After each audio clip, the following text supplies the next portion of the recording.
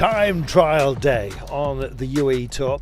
Second stage only, and after opening the box in Run to Liwa, destination today was the island of Hudayrat. Tadej Pogačar, well, he tried it in the sprint, but would he get the bettering of this man? Josh Tarling starting off as the day's out-and-out favourite, time trial specialist. So much disappointment last year, but this was the course he was having to deal with. All the favourites going off reasonably early to avoid a headwind in the first part of the course that was likely to blow up later on in the day.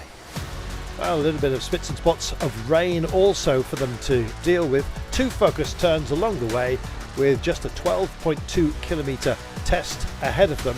Not much of a rise and fall, but what would this man do? Tadej Pogačar, this of course the home race for UAE Team Emirates, needed to have a very good performance, and that's precisely what we got. Benchmark time had been set out there by Ivan Romero. Pogačar, in his familiar style, was absolutely nailed on. It looked incredibly good. The clock was green against him, and up to that first intermediate, which he owned. Well known to get faster throughout a run, running a negative split is his way. He carried an even bigger advantage all the way to the line, and in so doing was to find himself at the top of the leaderboard. All the big names had gone early. He was 13th off the line. Coming after, a certain Mr. Stefan Bissegger. In 2021 he became second behind Ghana, and then in 2022 he beat the great Italian. So we knew his time trialling credentials, and the big Swiss was absolutely going for it. Huge wattage being generated. Pogačar's time was there. The clock stayed green on him.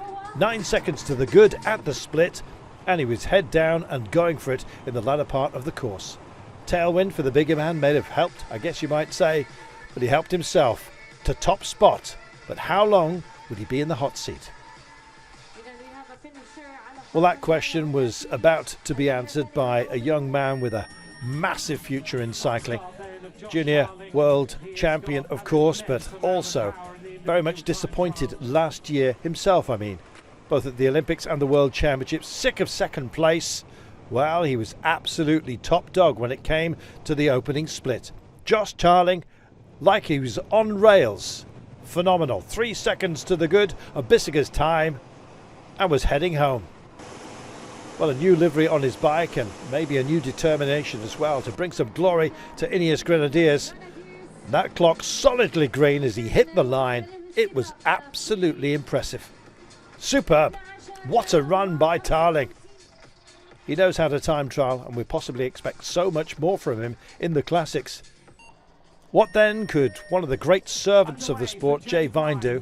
A man, of course, coming back from adversity, battling injury, said he'd gone to a Zen place reading about historic war novels and indeed factual encyclopedias. Well, we know how quick he can be.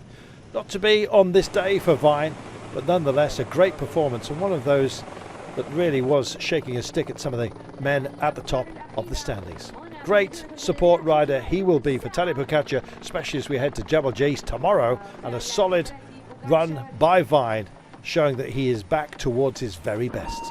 Last man to go was the man who won into Liwa on the opening day. The rules say that the leader of the race must go last, and it must have felt like quite a burden.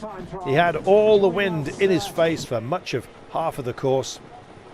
Then once he turned and headed for home, it was really going to be a tough ask. Already down by an enormous margin, and you can see Tarling just starting to believe that the day was going to be his own.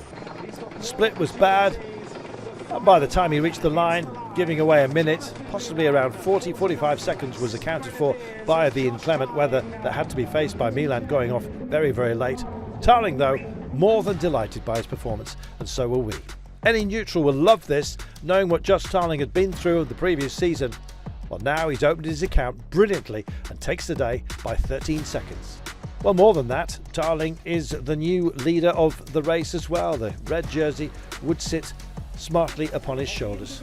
Once he got the trophy, the medal, and of course the Tudor watch out of the way, it was time to pull on that red jersey, something he owns overall by the same margin, 13 seconds. He finished with the same time as Tadej Pogačar on the day prior, so ultimately he is our leader. Bissegger running in second, Pogacar, who is expected to shine tomorrow, sitting in third ahead of J-Vine.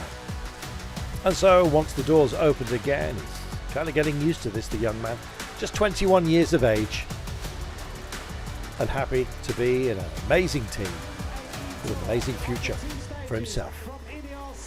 So stage 2 been completed.